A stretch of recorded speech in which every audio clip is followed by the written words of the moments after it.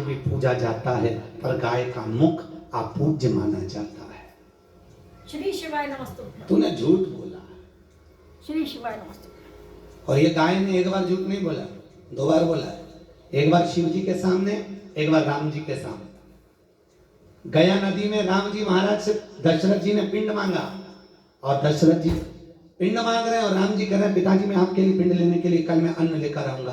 राम जी अन्न लेने गए, सीता जी लक्ष्मण जी स्नान करने के लिए गए, और सीता जी और लक्ष्मण जी दोनों, आज सीता मैया जब स्नान करने गई, स्नान करते समय उसी समय दशरथ जी आ गए, जानकी मुझे पिंड दे दो। सीता जी ने वहीं पर खड़े हुए ब्राह्मण देवता से पूछा, ब्राह्मण देव मुझे अपने ससुर को पिंड देना है, क्या करूं? तब ब्राह्मण ने कहा एक काम करिए, आप बालू रेत का पिंड बना लो और दान दे दो। बालू रेत का पिंड बनाया, एक पिंड गया नदी को दिया, दूसरा पिंड ब्राह्मण को दिया, तीसरा पिंड गाय को दिया, और चौथा पिंड दशरथ जी को दिया। दशरथ जी पिंड लेकर गए, और दशरथ जी महाराज जब पिंड लेकर पहुंचे, थोड़ी देर बाद राम जी आ गए। राम जी ने आकर कहा ले ये पिंड लो, चावल लो, सीता जी पका लो। सीता जी कहती है मैंने पिंडदान कर दिया। पिंडदान कर दिया? हाँ, ना मानो तो पूछ लो ब्राह्मण देवता से। ब्राह्मण से पूछा, क्यों ब्राह्मण देवता, क्या सीता जी ने पिंडदान करा? ब्राह्मण ने मन में सोचा, बालू रेत का सीता जी ने पिंड दिया, क्या मेरे बच्चों का पेट भराएगा? तो ब्राह्मण ने मना कर दिया, राम जी सीता जी ने कोई पिंडदान नहीं करा। सीता जी की आंख में आंसू भर गए, और माता सीता रोती हुई बोली, ए ब्राह्मण देव, मैं तुम्हें श्राप देती हूं, तुमने मेरे पति राम के सामने झूठ बोला है, तुम कितना भी जोड़ लेना हमेशा तुम्हारे यहां कमी ही पड़ेगी। सीता जी ने फाल्गु नदी से कहा, गया नदी से कहा, फाल्गु तू बोल मैंने पिंडदान करा कि नहीं करा, तू बोल। गया नदी ने मन में सोचा, मेरी ही बालू रेत मुझ में डाल दी, इसको कोई पिंडदान कहते हैं? सीता जी ने उसी समय पर फाल्गु से कहा, आप बोलो। फाल्गु नदी कहती है, सीता जी ने कोई पिंडदान नहीं करा। सीता जी ने श्राप दिया, फाल्गु मैं तुझे श्राप देती हूँ, जब तक तुझे खोदे नहीं तब तक तुझमें पानी निकले नहीं। गया जी अगर गए हो तो गया जी में जाकर देखना, पूरी फाल्गु नदी पर रेत जमी होती है, उसको इतना खोदो तब उसमें पानी निकलता है, तब लोग उसमें पिंडदान करते हैं। फाल्गु को भी श्राप है।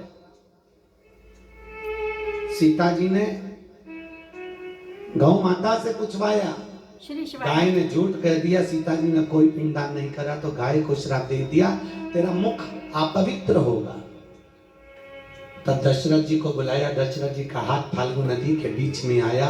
आज भी वो दशरथ जी का हाथ गया जी में है, जिसपे लोग पिंडदान करते हैं, आज भी वो,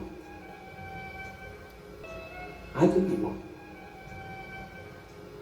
गौ माता ने 2 बार झूठ बोला, एक शिव जी के सामने, एक राम जी के सामने। इसलिए हिंदू धर्म में सारे दान आगे से, वस्त्र दान, अन्न दान, कन्या दान, स्वर्ण दान, मुद्रा दान, सारे दान आगे से, पर एक दान हिंदू धर्म में गौदान पीछे से होता है, वो आगे से नहीं किया जाता। और हिंदू धर्म की रीति है, अग्नि पुराण में लिखा है, गाय का दान जब दिया जाता है, गौदान करने वाला गाय की पूंछ पकड़कर दान करता है, तो गौदान करने के बाद जब गाय की परिक्रमा लगाई जाती है, तो गाय की परिक्रमा पूरी नहीं की जाती, गाय की परिक्रमा पीछे से चालू कर गाय के पांव के नीचे से निकलकर पीछे आया जाता है। अगर गौदान करने वाला व्यक्ति गाय की पूरी परिक्रमा लगा लेता है, तो गौदान का पूरा फल उसका समाप्त हो जाता है। इसलिए गाय की परिक्रमा आगे से नहीं लगती। श्री शिवाय नमस्तुभ्यं। गौदान करने वाला श्री शिवाय नमस्तुभ्यं। पीछे से चालू कर नीचे से निकला जाता है। श्री शिवाय नमस्तुभ्यं।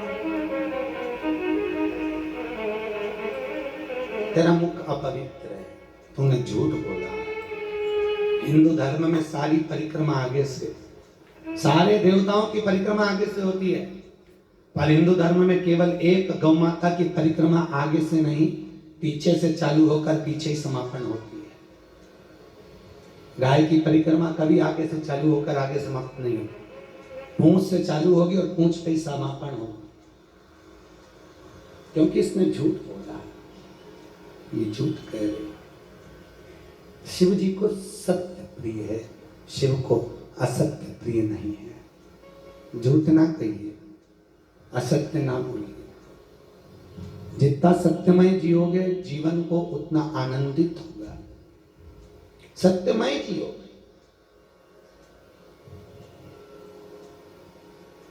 पहले के समय में अदालत नहीं होती थी। पहले के समय में ना अदालत होती थी और ना ही पंचायत होती थी। अगर कोई निर्णय लिया जाता था तो शिव मंदिर में उठा करो गंगा जली, उठा गंगा जली, तूने झूठ बोला कि नहीं बोला। और अगर व्यक्ति झूठ बोल देता तो उसका जीवन नरक जैसा निकलता। शिव महापुराण में वेद व्यास जी ने लिखा है, सारे मंदिरों में झूठ बोलोगे चल जाएगा, तीर्थ में झूठ बोलोगे चल जाएगा, पर शंकर जी के मंदिर के ओटले पर भी बैठकर अगर तुमने झूठ बोल लिया तो जीवन नरक जैसा निकलता। एक राजा के लड़के की शादी हुई, बहू आ गई। एक दिन बहू राजकुमार की तलवार देख रही थी और उसने म्यान को देखा। म्यान बड़ी सुंदर, इतनी सुंदर म्यान। म्यान को देखा, मन में आया कितनी सुंदर म्यान है, और म्यान को घुमा उसके मन में आया इसकी तलवार कितनी सुंदर होगी। जो तलवार हेड़ी, इतनी चमक थी तलवार में, तलवार छूट गई। छूटते से राजकुमार जहां सो रहा था उसके गले पर पड़ गई और राजकुमार मर गया। उस रानी के मन में आया, मेरे हाथ से मेरा पति मर गया, अब मेरा पति अगर मर गया है, राजा को मालूम पड़ेगा, फांसी की सजा देगा, क्या करूं मैं। उसको ज्ञात आया, रोज सुबह के समय पर मेरे गांव का एक पंडित पूजन करने वाला सुबह सवेरे तुलसी लेने आता है बगीचे में। अपने पति के शरीर को खींच कर ले जाकर तुलसी के क्यारे के पीछे पटक देते। पंडित आएगा, इल्जाम लगा दूंगी किसने करा, अगर मेरे ऊपर आ गया तो मुझे मरना पड़ेगा। रानी ने ले जाकर उस बॉडी को, शव को ले जाकर तुलसी के क्यारे के पीछे डाल दिया। तुलसी के क्यारे।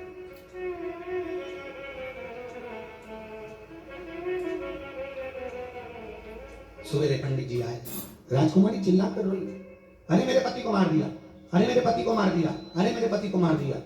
सारा नगर इकट्ठा हो गया, क्या हो गया, राजकुमार मर गए, राजा का लड़का इकलौता मर गया। हो राजा आए, पंडित को बंदी बनाया, अंतिम संस्कार बेटे का करा। राजा को विश्वास नहीं है कि ये पंडित इसको मारे, क्योंकि इसको मेरे कराए, आज तक इसने चीटी नहीं मारी तो मेरे बेटे को क्यों मारा, इससे क्या लेना देना। पर सारे सबूत उस पंडित के खिलाफ में थे। आखिरी में राजा ने सिंहासन पर बैठकर निर्णय तो देना था और निर्णय दे दिया, एक काम करो, इस पंडित ने जिस हाथ से मेरे बेटे को मारा है उसी हाथ को काट दिया जाए। राजा ने पंडित का हाथ कटवा दिया। पंडित बेचारा रोता बिलखता चला और पंडित, अब पूजा नहीं करूंगा मैं, भगवान ने मेरे साथ गलत कर दिया, मंदिर छोड़ दिया, गांव गया, अपने गुरुजी के पास गया, गुरुजी मुझे बताओ मैंने कौन सा पाप करा था, जिंदगी में कभी झूठ नहीं बोला, असत्य नहीं बोला, छल नहीं करा, बेईमानी नहीं करी, कपट नहीं करा, कभी मंदिर से बाहर नहीं गया, मैंने कौन सा कर्म करा जो मेरा हाथ कटा। गुरुजी ने कहा मुझे तो किसी का कर्म देखना नहीं आता, पर एक बात है मेरे गुरुजी बता सकते हैं। मेरे गुरुजी कहाँ रहते हैं? काशी में, मणिकर्णिका के घाट पर, वहां चले जा। मणिकर्णिका के घाट पर काशी में गया और काशी में जाकर गुरुजी के दरवाजे पर दस्तक दी, दरवाजा बजाया, देसी दरवाजा बजाया, गुरुजी तो नहीं थे, गुरुजी की पत्नी थी, आवाज लगाई, गुरुजी गुरुजी, दरवाजा बजाते ही इतने में धर्म पत्नी बाहर निकल के आई, क्या है रे, मुझे गुरुजी से मिलना है। आ गया गुरु का चेला, खोल ले गुरु का चेला, कहाँ का गुरु, मर रहा होगा तेरा गुरु, ना वो मरे ना तुम मरे, आ गए यहाँ रोने के लिए, गुरुजी गुरुजी, अरे बहुत बड़ा ढोंगी है वो गुरु, चल निकल यहाँ से। चेला गया, शाम को फिर आ गया, आज पत्नी नहीं थी गुरुजी, गुरुजी की पत्नी नहीं, दरवाजा बजाए, गुरुजी हैं, गुरुजी निकल कर आए, आओ बेटा क्या बात है, मेरे गुरुजी ने आपके पास बैठा है, मैं अपना कर्म जानने आया हूँ, पर गुरुजी मेरे मन का संशय केवल इतना है, पहले मैं केवल अपना कर्म जानने आया था, पर मैं आया तो आपकी पत्नी ने मुझे इतनी गालियां आपको दी, इतनी गालियां दी, आपको इतना अपशब्द कहा, मैं अपना कर्म तो बाद में पूछूंगा, पर गुरुजी पहले ये बताओ कि आपने कौन सा पाप करा था जो ऐसी मिली है, मैं आपका कर्म। अच्छे से सुन लेना भाइयों, कर्म कौन सा कर्म? गुरुजी बोले मेरी जिंदगी में पहली बार किसी ने मेरा कर्म पूछा। आज तुझे बताता हूं कि मेरा कर्म पुराना क्या था। मैं पूर्व में कौवा था और ये पूर्व में गधी थी। बोझ ढो ढो कर इसकी पीठ पर घाव हो गया था। मैं कौवा इसकी पीठ पर बैठता था, चोट से खरोचता था इसके घाव को, और ये गधी उचक उचक कर भागती थी। मुझे बड़ा अच्छा लगता था। रोज मैं इसको परेशान करता, ये रोज भागती। चली गई। एक दिन ये मुझको छोड़कर हरिद्वार भग गई। मैं इसको ढूंढता ढूंढता हरिद्वार पहुंच गया। वहां पर ये मिली, फिर मैंने इसके घाव को अपनी चोट से खरोदा। ये गंगा जी में कूद गई। मैं इसकी पीठ पर बैठा था, मैं भी गिर गया। हम दोनों गंगा में मर गए। ये गधी मरने के बाद मेरी पत्नी बन गई और मैं कौवा इसका पति बन गया। उस समय मैंने चोट से खरोदा था। श्री शिवाय नमस्तुभ्यम। अब ये भी अपनी। श्री शिवाय नमस्तुभ्यम। तो जिसको ऐसी मिली हो तो दुख मत करना, श्री शिवाय नमस्तुभ्यम। समझ लेना।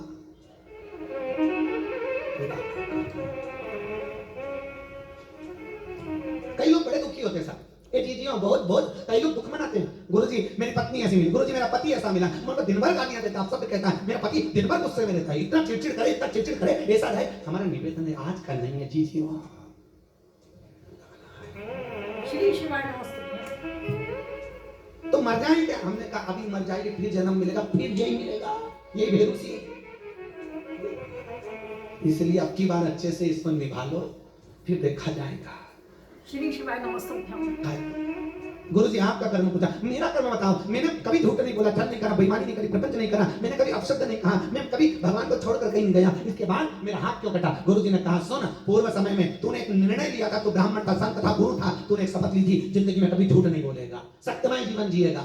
आश्रम में बैठा था, बगीचे में जंगल में बैठकर तप कर रहा था। एक कसाई गाय काटने गया और गाय हाथ से छूट गई, भाग गई। गाय भागी, वो कसाई तेरे पास आकर पूछ लिया तूने कहीं गाय देखी है? तूने सत्य बोलने का नियम लिया था, इशारा कर दिया, गाय उधर गई है। और कसाई गया, गाय को पकड़ा, काट दिया। जिस कसाई ने गाय को काटा था वही गाय बहू बनी, जिस कसाई ने काटा था वो राजकुमार बना, और तू वही विद्वान संत पंडित, तेरे ऊपर इल्जाम लगा। जिस हाथ से तूने इशारा करा था वही तेरा हाथ, वही हाथ। अब आपका क्या विचार है? कर्म हो, हम कितना भी करने का प्रयास करें, अच्छा कर्म का भोग भोगना है और वो भोगना पड़ेगा। कितनी बड़ी बात लिखी है शिव महापुराण में। एक पति ने शादी करी, पत्नी के द्वारा बेटा हुआ, पत्नी मर गई। पति ने दूसरी शादी करी, उसके भी एक बेटा हुआ, पत्नी मर गई। दोनों बेटों को बड़ा करा, बाप ने दोनों बेटों की शादी करी।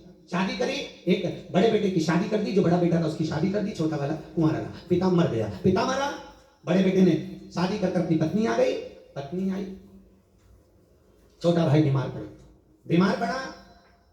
बड़े भाई ने बहुत इलाज करवाया, वो नहीं ठीक हो रहा, पैसे पर पैसा लग रहा, धन पर धन लग रहा, खूब पैसा खर्च कर दिया। इतने में पत्नी ने अपने पति से कहा, अरे देवर तो बीमार पड़ा हुआ है, पूरे पैसे लग गए उसमें, पूरा कंगाल हो गए, हम क्या करें? एक काम करो, डॉक्टर वेद को बुलाओ और डॉक्टर वेद को कोई 500-1000 रुपए पकड़ाकर उससे कोई ऐसी दवाई दिलवा दो कि ये मर जाएगा, हिस्सा भी नहीं जाएगा और साथ में मर गया। लोग कहेंगे दवाई गोली में भी कराया पूरा और मर गया। वेद जी को बुलाया, वेद जी को बुलाकर पैसे देकर औषधि दिलवाई, देवर मर गया। पूरे जायदाद के हिस्सेदार बन गए, आराम से रहने लगे, खूब अलमस्त रहे। इनके घर में बेटा हो गया, बेटे की शादी हो गई, बेटे की शादी हुई, बहू आ गई, बेटा बीमार पड़ गया, बीमार पड़ा, बेटा बीमार हुआ, खूब डॉक्टर वेद सब बुलाए, सारा इलाज करवाया, जैसे देवर का करवाया था वैसे इसका करवाया, खुद के बेटे का। इतना पैसा, कंगाल हो गए, रोने लगे। अब तो धन घर में नहीं है, क्या करें?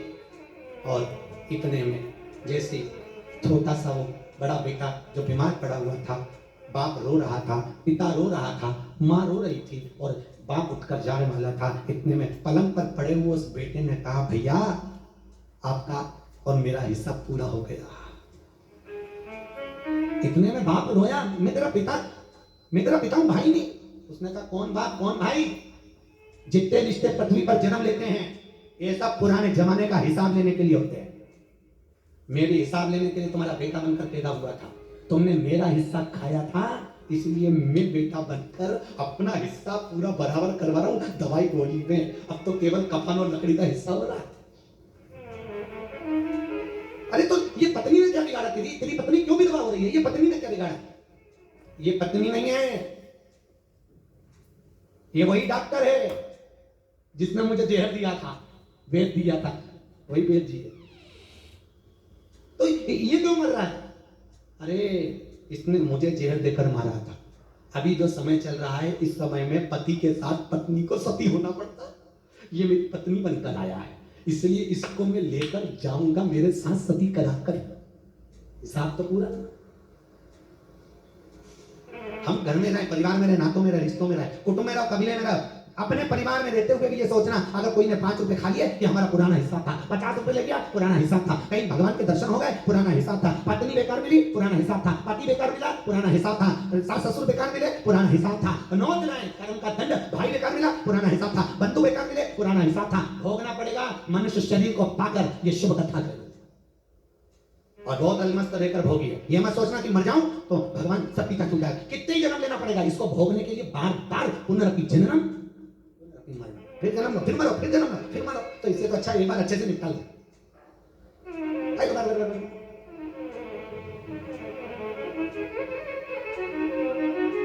भोगना।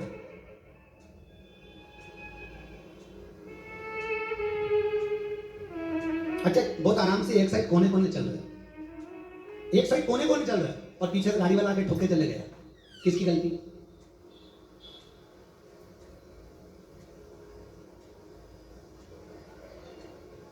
एक साइड चल रहे थे, कोने कोने चल रहे थे, कोई उम्मीद ही नहीं थी कोई ठोक के जाएगा और गाड़ी वाले ठोक के चले गया। वो गाड़ी वाले को चक्कर आया था क्या? वो गाड़ी वाला तुम्हारा दुश्मन था क्या? नहीं, पुराने समय का हिसाब ले रहा है, पुराने समय।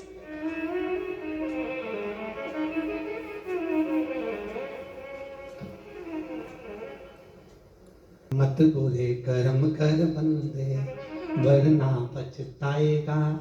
भगवान की आंखों से तू बच नहीं पाएगा। बोलो तो तू बच नहीं पाएगा।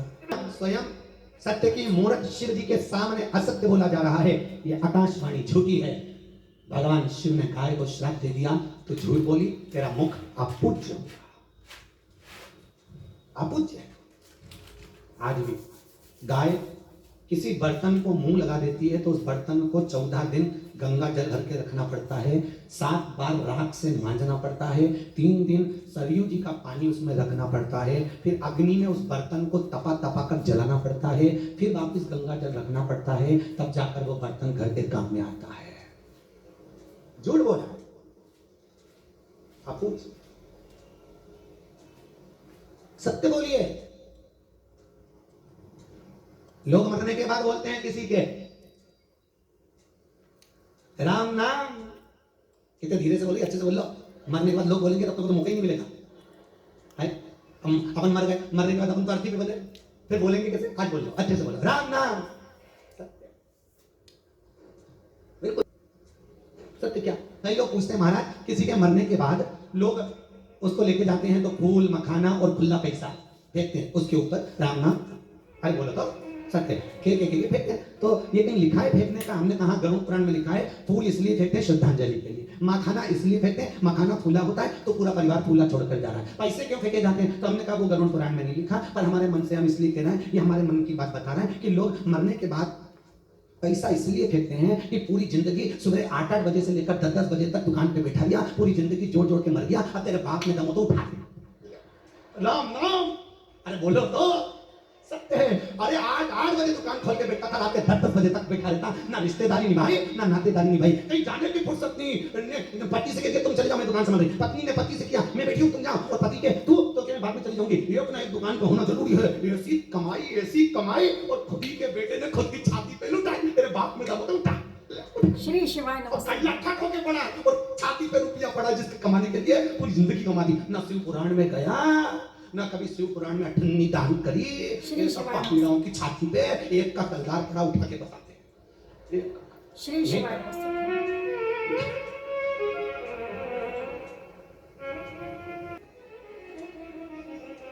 दीवार पे टंगा है और कितना ही बुरा मुंह लिया हो तुम्हारी जिंदगी में, तुमने पूरे जीते जी जिंदा रही है, तब कभी जीवन में नहीं हंसा, पर मरने के बाद फोटो में खूब। अब गौ माता को श्राप दे दिया, तुम्हारा मुख अपूज्य होगा, सत्यमय जी हो।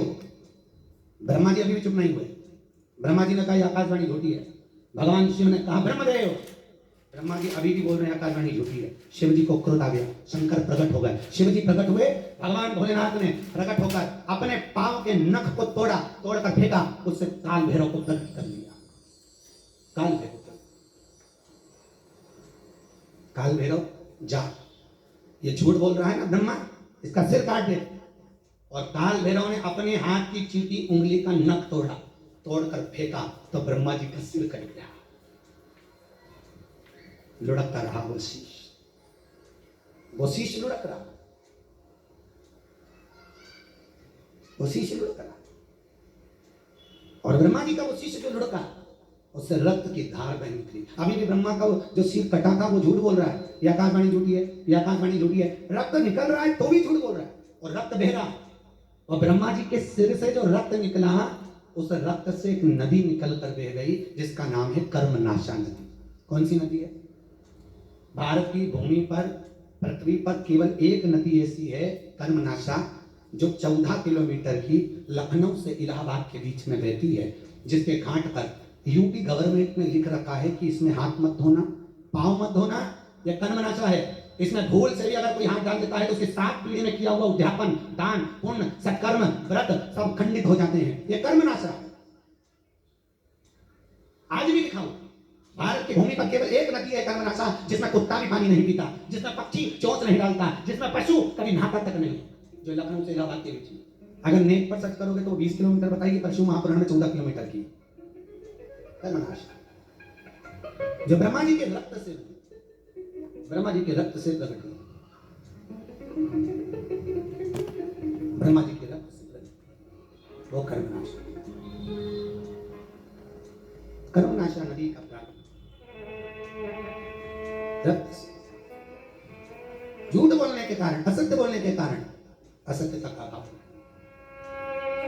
और ध्यान दीजिए, शंकर को सबसे ज्यादा प्रिय है कोई जल नहीं, धतूरा नहीं, कुछ भी मत चढ़ाओ भोलेनाथ को। और शिव जी कहते हैं मेरे दरबार में आकर सत्य बोलना। सत्यम शिवम सुंदरम।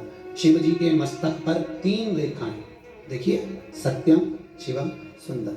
वेंकटेश भगवान के मस्तक पर भी 3 रेखाएं, सत्यम शिवम सुंदरम। श्रीनाथ जी के मस्तक पर भी 3 रेखाएं। करें दर्शन। श्रीनाथ जी के फोटो अगर आपके घर में हो तो जाकर दर्शन करना।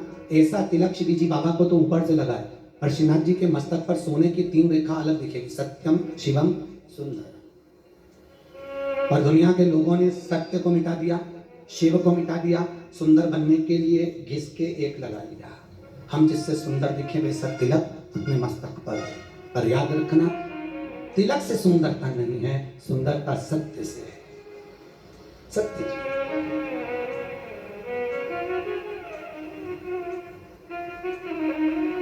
सत्य में जीवन जियो,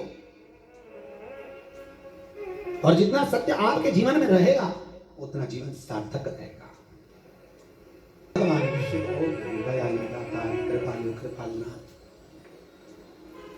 शिव कृपा। ब्रह्मा जी का मस्तक कटकर नीचे गिर गया, बहुत दूर जाकर फेंका।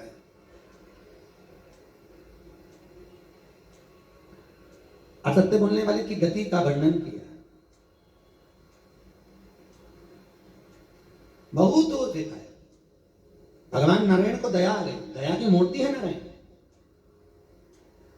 करुणा की मूर्ति है, करुणा सागर भगवान नारायण। बहुत जल्दी पसीज जाते हैं भगवान नारायण। और नारायण ने जाकर विनती करी, प्रभु भोलेनाथ गलती हो गई है, क्षमा करिए। और बहुत बड़ी गलती हुई है प्रभु, ये ब्रह्मा ने असत्य बोला है, ब्रह्मदेव असत्य कर रहे, बहुत बड़ी गलती। पर भगवान विष्णु शिव जी से कह रहे हैं आप इनको क्षमा कर दीजिए। ठीक है, क्या करना है नारायण, आप जो बोलोगे मैं वो कर दूंगा, आप जैसा कहें मैं वैसा करने को तैयार, आप बोलो वैसा मैं कर दूंगा। बोलिए महाराज। ये ब्रह्मा का जो सिर कटा है इसको आप वर दे दो। भगवान शंकर ने कहा ब्रह्मा जी का जो सिर कटा, ये कटा हुआ सिर का एक वृक्ष उत्पन्न होगा जिसको लोग वट वृक्ष कहेंगे। कौन सा वृक्ष है? वट वृक्ष। वट वृक्ष उत्पन्न होगा और इस वट वृक्ष के नीचे केवल अगर पूजन होगी तो पितरों की होगी, तर्पण होगा, पिंड होगा, पर बाकी के इस वृक्ष के नीचे केवल पूजन पूर्वजों की, पितरों की और तर्पण का भाव मान्य होगा। इस वट वृक्ष के नीचे मेरा ही एक स्वरूप पूज्य होगा जिसको लोग वटकेश्वर महादेव कहेंगे। क्या नाम पड़ गया? जम के बोलिए, वटकेश्वर महादेव।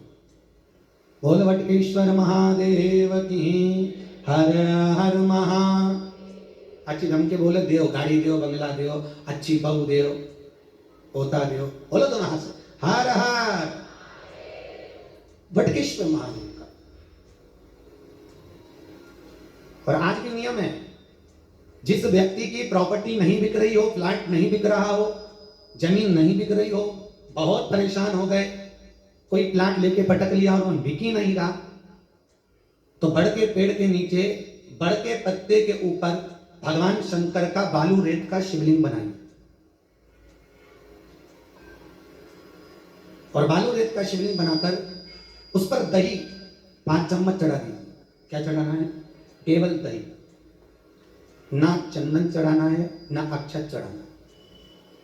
एक घी का और एक सरसों के तेल का दीप वही शिवलिंग के सामने लगा दीजिए और दही चढ़ाकर नमन कर कर भगवान वटकेश्वर महादेव का पूजन कर कर बाबा से विनती करो, हे बाबा हमारा वो प्लाट, हमारी वो जमीन शीघ्र बिके।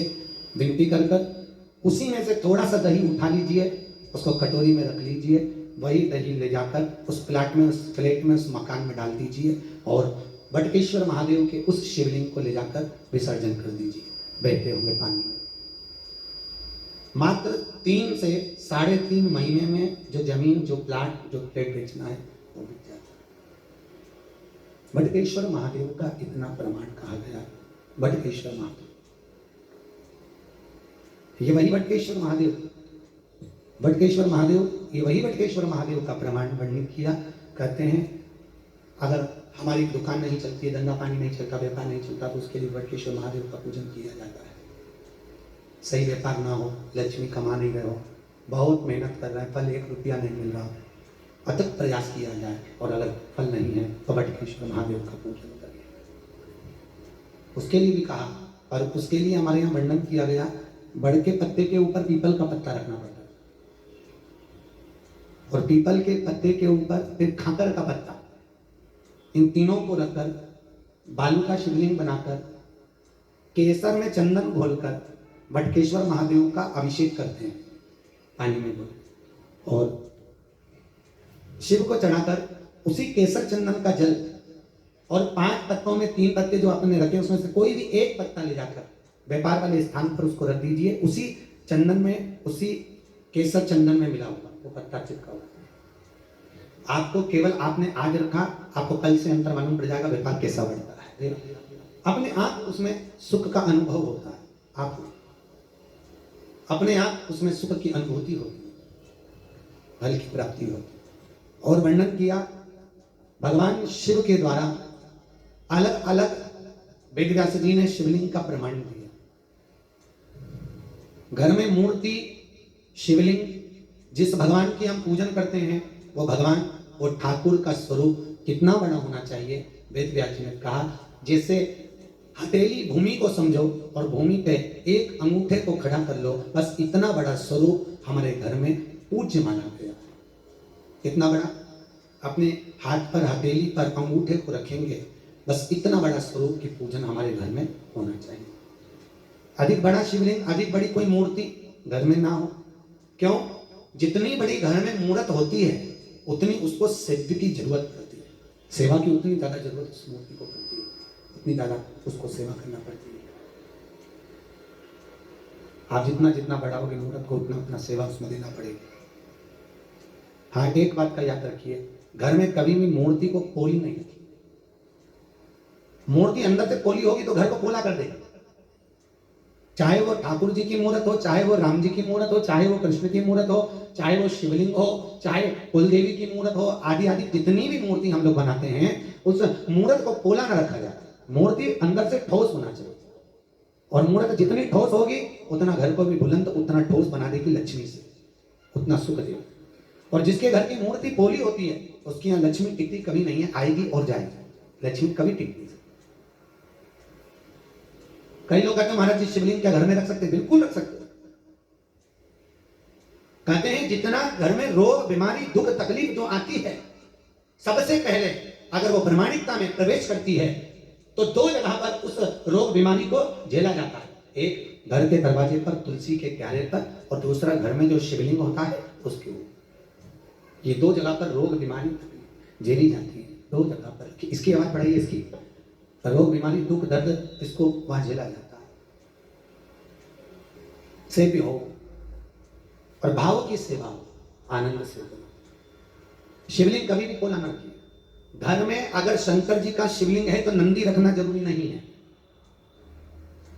शिवलिंग को कभी भी तुलसी के क्यारे में ना रखें, इसका ध्यान रखिए।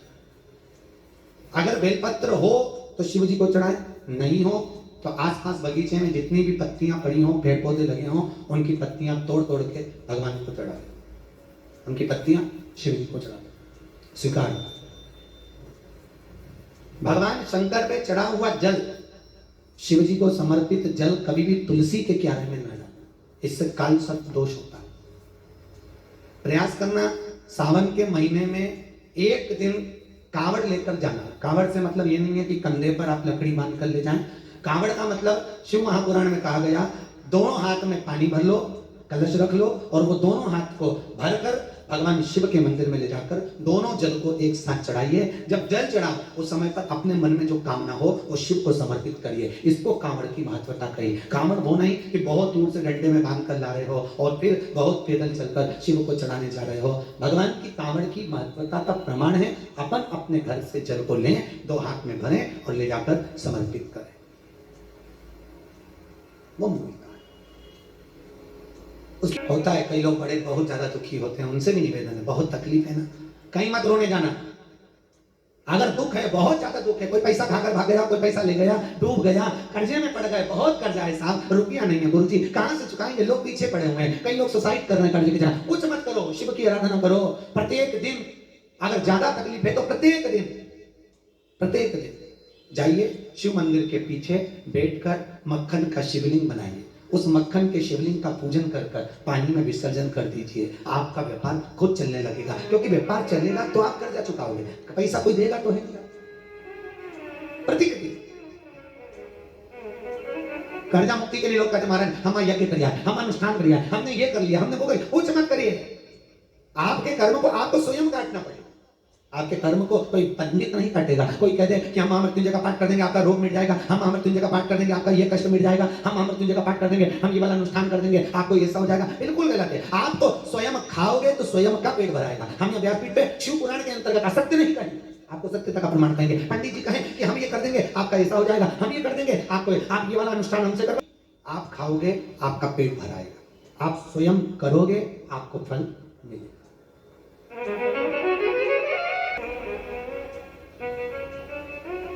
माता लक्ष्मी की संपूर्ण जायदाद पर चोर कुबेर ने अपना हक कर लिया था। आपने विष्णु पुराण में कथा सुनी होगी, अभी बीच में टीवी पर भी आई थी, मुंबई में कथा बातचीत थी विष्णु पुराण, तो उसमें सुना होगा। माता लक्ष्मी की संपूर्ण जायदाद, माता लक्ष्मी का संपूर्ण जेवर, माता लक्ष्मी का संपूर्ण पैसा, धन दौलत सब कुबेर ने अपने कब्जे में ले लिया। तब माता लक्ष्मी ने एक नियम का पालन करा और प्रतिदिन भगवान नारायण के कहने पर, और केवल नारायण के कहने पर लक्ष्मी अकेली नहीं करी, भगवान शिव नारायण ने भी एक व्रत लिया था, कमल का पुष्प समर्पित करने का। आगे कथा में आए, एक चावल का दाना माता लक्ष्मी नारायण के कहने पर शंकर जी को ले जाकर समर्पित करती थी, और भगवान भोलेनाथ ने उसी समय पर प्रसन्न होकर कहा, लक्ष्मी तूने मेरी आराधना करी है, जा क्या चाहिए बोल तुझे।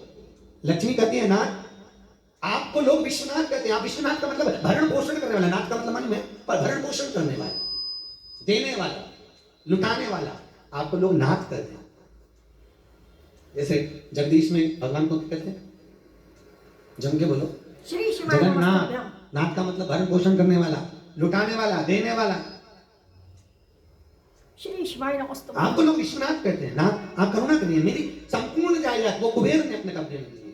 क्या भगवान शिव के ऊपर एक चावल का फल कितना है, ये शिव महापुराण कर रही है, ये विष्णु पुराण कर रही है। एक केसर के चावल का फल शिव जी ने दिया और कुबेर जी को बुलाकर कुबेर की जितनी दौलत थी वो माता लक्ष्मी को दे दी, माता लक्ष्मी को प्रदान कर दी। पर एक शर्त पर दी है। क्या शर्त लगाई? भगवान शिव ने कहा, लक्ष्मी तुझे अभिमान बहुत ज्यादा है, तेरे अभिमान को तोड़ने के लिए मैं तुझे एक सेवा दे रहा हूं। जिस दिन तूने वो सेवा छोड़ दी उस दिन तेरे हाथ से सत्ता फिर चली जाएगी। लक्ष्मी ने कहा, सेवा कौन सी? अब दोस्त दोस्त का हित चाहता है, मित्र मित्र का हित चाहता है, जिसको आप प्रेम करते हो आप उसका हित चाहते हो। इसलिए भगवान शिव ने कहा, तुम्हें नारायण के चरण की सेवा 24 घंटे करना पड़ेगी तो तू वापिस धनवान बन जाए।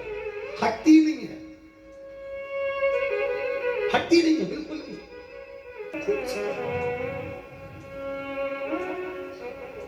सेवा का फल ही मेवा है।